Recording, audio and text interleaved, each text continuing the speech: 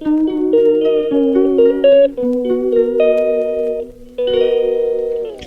Back to my another video. कैसे हैं आप सब? आई हो आप सब अच्छे होंगे और हम सब भी अच्छे हैं। तो मॉर्निंग की शुरुआत हो चुकी है। हस्बैंड उठे हुए हैं, उनको जाना है ऑफिस, जैसे कि डेली रूटीन होता है।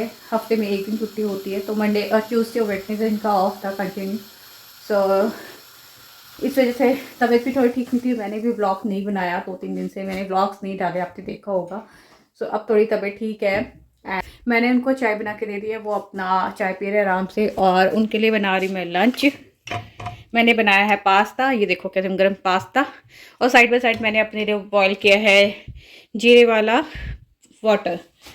तो मैंने ये पास्ता बनाया था इनके लिए, पास्ता। और छोटे से डिब्बे में ये पोमोदोरी रख दिए, ये आलू पताते बोलते हैं, आलू पताते से क्रोचे इटालियन में। तो वो रख दिए, पास्ते के साथ अच्छा लगता है खाना। तो मैं समटाइम जब ये जाते हैं तो मैं ये ज़रूर देती हूँ। और ये भी मैं पैक कर दूँगी अच्छे से। वगैरह मैंने दे दिया है, पैक कर दिया है, ले जाएंगे। अब वो शॉवर वगैरह ले रहे हैं और मैं अपना गर्म पानी लेके बैठी हूँ। थोड़ी देर गर्म पानी पीऊँगी, देन उसके बाद घर जो है बेड वेड सेट करूँगी, थोड़ी सी क्लीनिंग वगैरह करूँगी। उसके बाद फिर मैं शॉवर वगैरह लेके पूजा करूँगी। आज मैं व्लॉगिंग के साथ साथ ना अपनी लाइफ की कुछ पर्सनल एक्सपीरियंस शेयर करती हूँ, जो मैंने शादी के बाद देखी। मुझे लगा कि ये एक्सपीरियंस आपके साथ भी शेयर करना चाहिए। मैंने कुछ एक्सपीरियंस से बहुत कुछ सीखा है। मैंने ज़्यादा तो नहीं, बट धीरे धीरे अपनी लाइफ को थोड़ा सा चेंज किया है। खुश रहना सबसे बड़ी चीज़ है, और मुश्किल भी। वैसे तो हम सबको खुश रखते हैं, मैंने सोचा अपने आप को भी खुश रखा जा सकता है। कैसे अपने आप को खुश रखा जा सकता है? अपनी आदतों से, दिमाग से, मन से, अपने काम से, पूजा अर्चना से, अपनी एनर्जी से। जब हम घर का कोई भी काम करते हैं ना, तो हमें लगता है कि हमने ऐसी थोड़ी ना लाइफ सोची थी। इतनी सारी रिस्पॉन्सिबिलिटी शादी के बाद, देखना, घर संभालना, बच्चे, खाना पीना,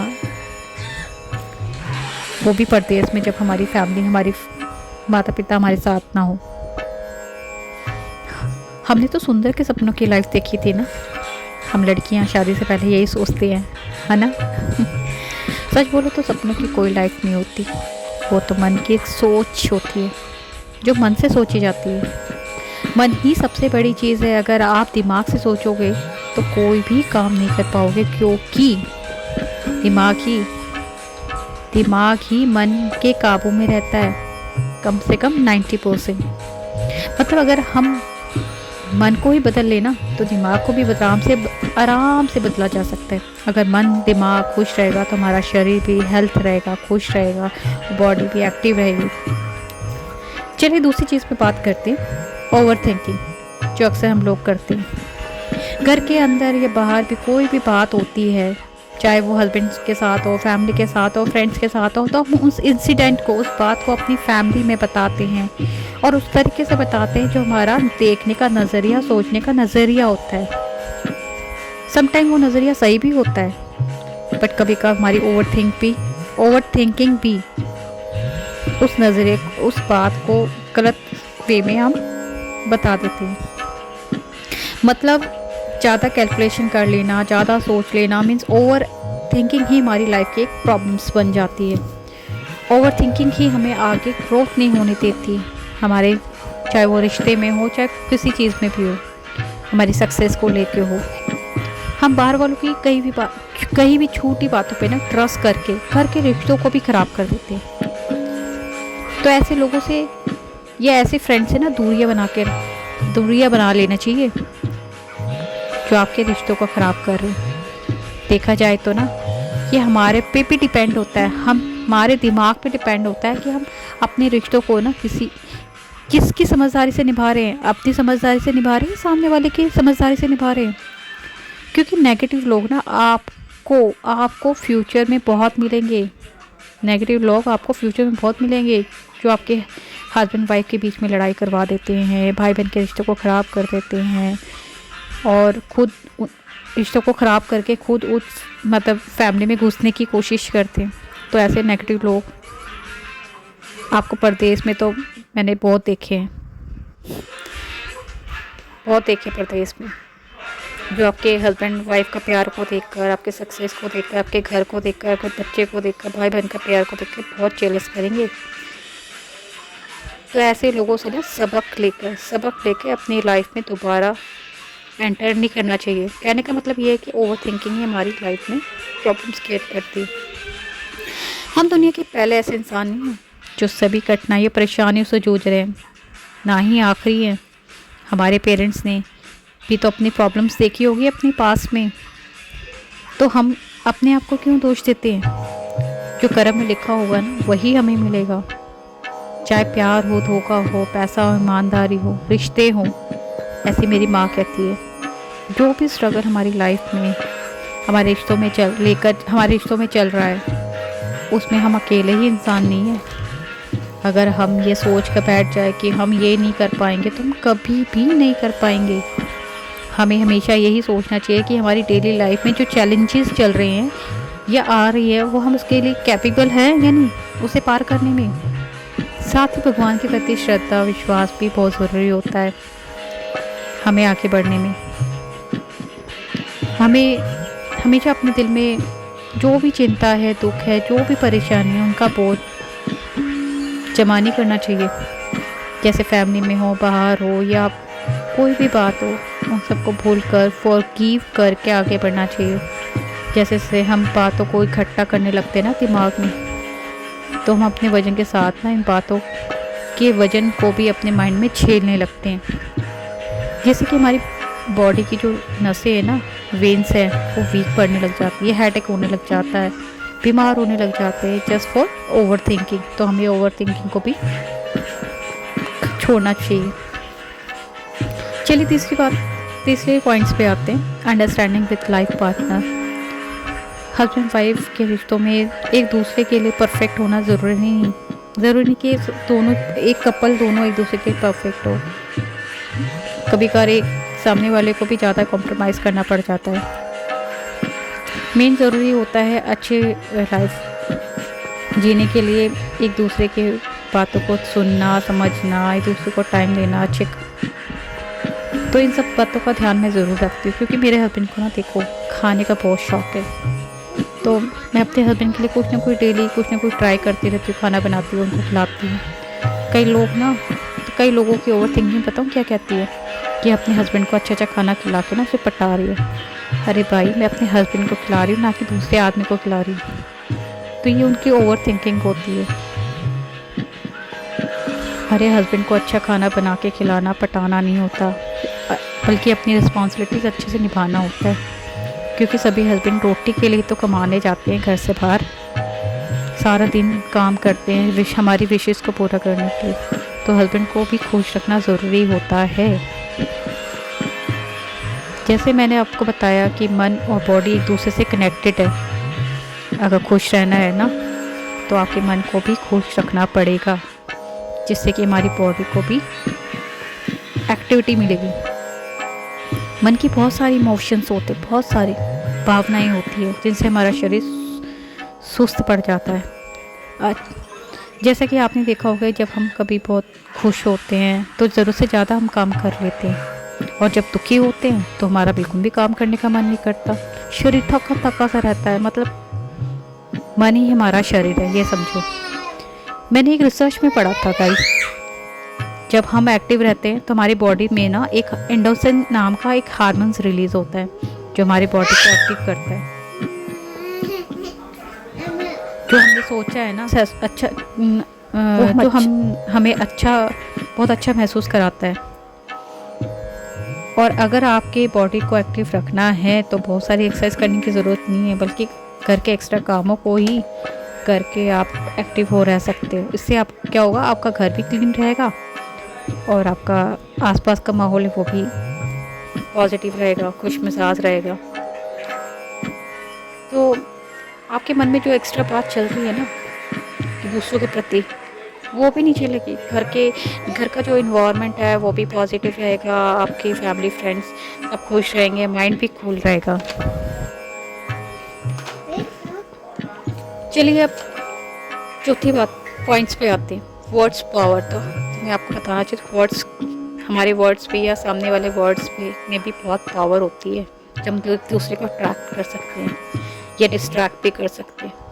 तो जब कभी मुझे लगता है कि किसी ने मेरा दिल दुखाया है, गलत बोला है, गलत किया है, तो मैं अपने आप को शांत करने के लिए, अपने माइंड को शांत करने के लिए मैं क्या करती हूँ, घर के कामों में लग जाती हूँ और अंदर अंदर समटाइम क्या भगवान का नाम भी जपने लग जाती हूँ, अपने गुरु से बात करती हूँ, जस्ट फॉर ओवर थिंकिंग से मैं बच जाऊँ। जब कभी आपके साथ गलत हो ना, तो अच्छे वर्ड्स बोलो, अपने आप से बातें करो। अच्छे वर्ड्स में भी बहुत अच्छी पावर होती है, सेल्फ कॉन्फिडेंस का काम करती है अच्छे वर्ड्स, और आप पे अच्छा इफेक्ट्स पड़ेगा उससे। एक बार ट्राई करके ज़रूर देखना।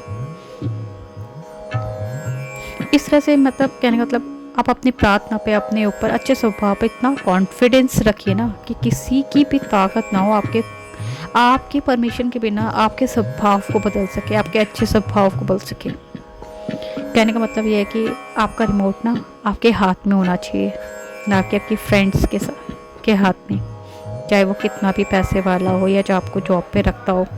मैंने देखा है बहुत से लोग पैसे वाले को देखकर ना अपना झुकाव उनकी तरफ ज़्यादा कर लेते हैं,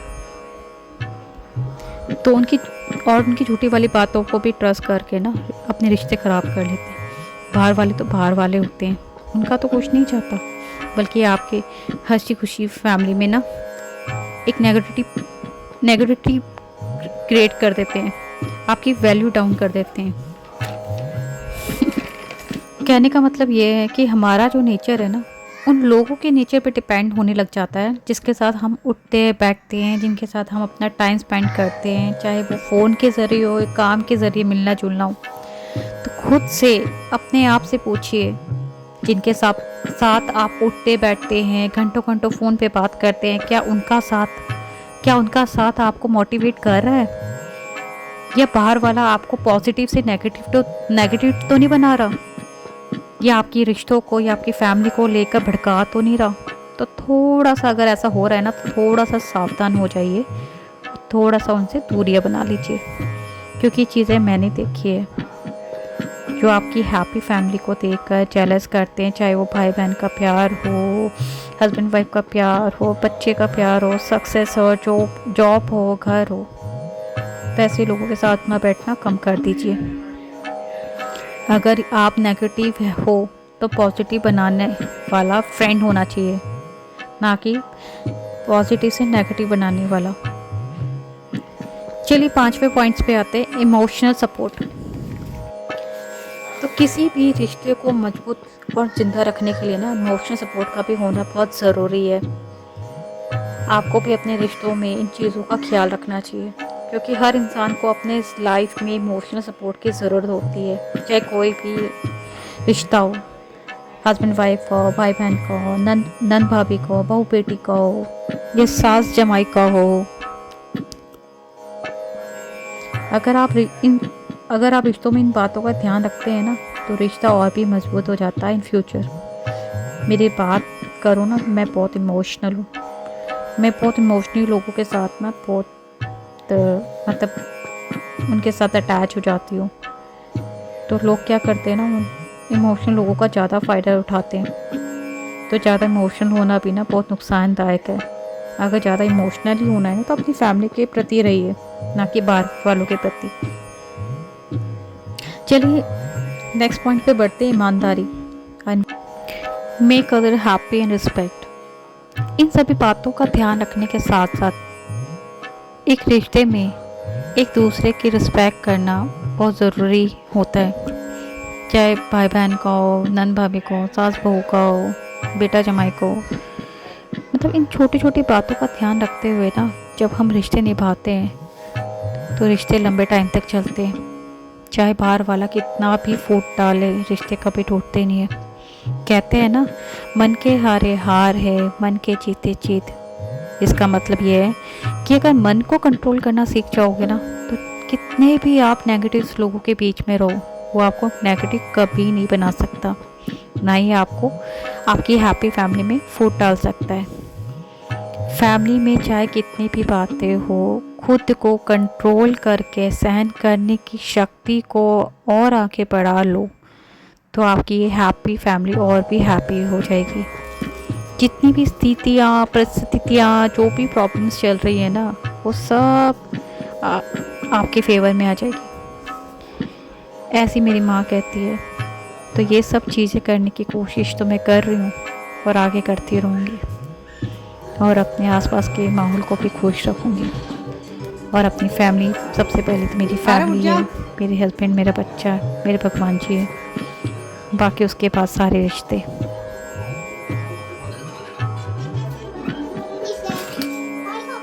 तो मैंने आपके साथ बस अपना छोटा सा एक्सपीरियंस शेयर किया है, और जो भी मेरे साथ है इनडायरेक्ट वे हुआ, जो भी इनडायरेक्ट वे में मैं आपके साथ शेयर किया, और मतलब मेरे साथ क्या औरों के साथ भी है, होता है यहाँ पर। तो रिश्ता ना निभाना बहुत मुश्किल हो जाता है जब हम अपनी समझदारी से काम नहीं लेते और दूसरों की समझदारी पे चलते हैं, वो भी स्पेशल बाहर वालों की, तो जो कि गलत है। बस अब मैं खाने लगाने की तैयारी करती हूँ और वो अपना फ्रेश होकर फिर अपना खाना वाना खाएंगे। तो आने वाले हैं, जस्ट मैं अब राइस भी बन गए मेरे, तो राइस भी बन गए, दाल का तड़का फटाफट से लगाती हूँ, खाना लगाती हूँ।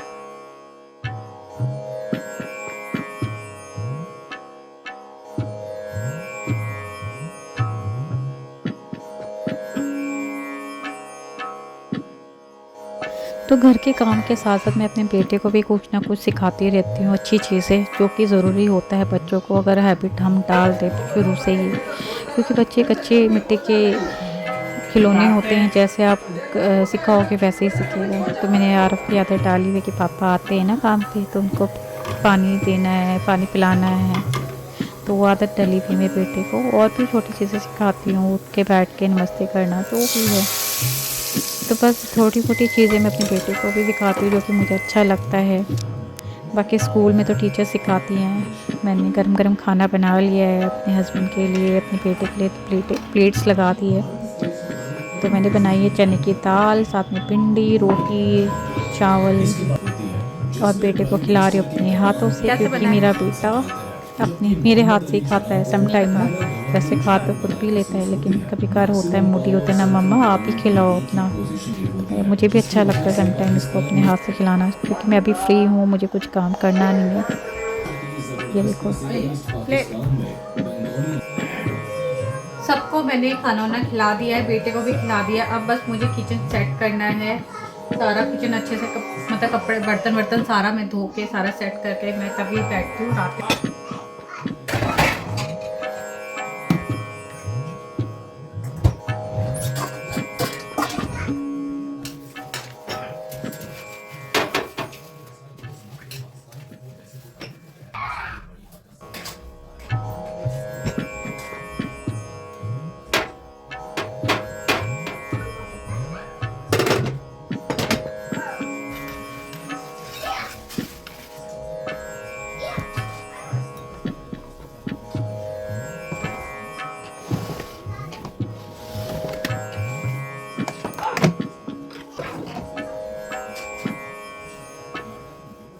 तो गाइस मेरा सारा काम हो चुका है, और एंड में क्या करती हूँ, अपना ग्रीन टी ज़रूर लेती हूँ खाना खाने के बाद, और मॉर्निंग में तो एक लेती हूँ, दूसरा मेरा रात के टाइम पे होता है खाना। एंड में मैं ग्रीन टी ज़रूर लेती हूँ। और ये छोटा सा एक्सपीरियंस जो मैंने, तो इसी के साथ मिलते हैं नेक्स्ट व्लॉग में। तब तक मेरे व्लॉग को, मेरी वीडियो को लाइक कीजिए, शेयर कीजिए, कमेंट करना मत भूलिएगा। मिलते हैं नेक्स्ट व्लॉग में, तब तक के लिए मेरे चैनल को सब्सक्राइब कर दीजिए। Good night.